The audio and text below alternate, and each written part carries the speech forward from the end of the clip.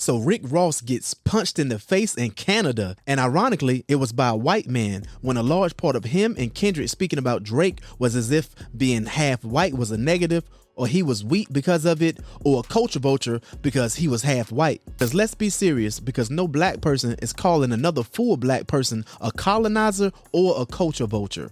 Ross repeatedly said white boy in a condescending way, but somehow got his crew beat up by white men in a country that they claim to be weak. I don't know what's wrong with some of our black people, but they think that we're the only ones that go through the struggle and come up fighting.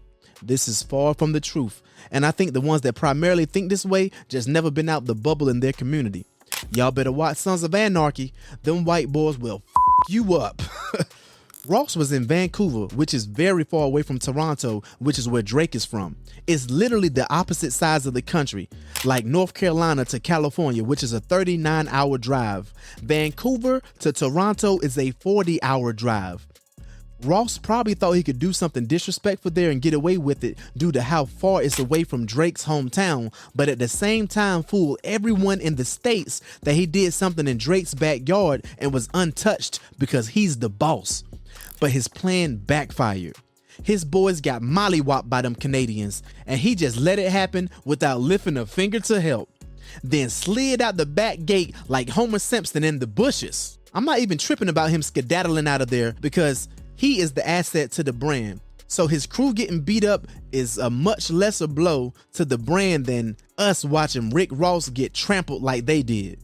But it is disappointing because Ross is 48.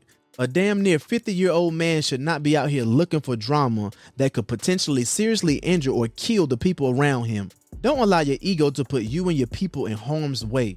Hell, Drake didn't even do anything to Ross.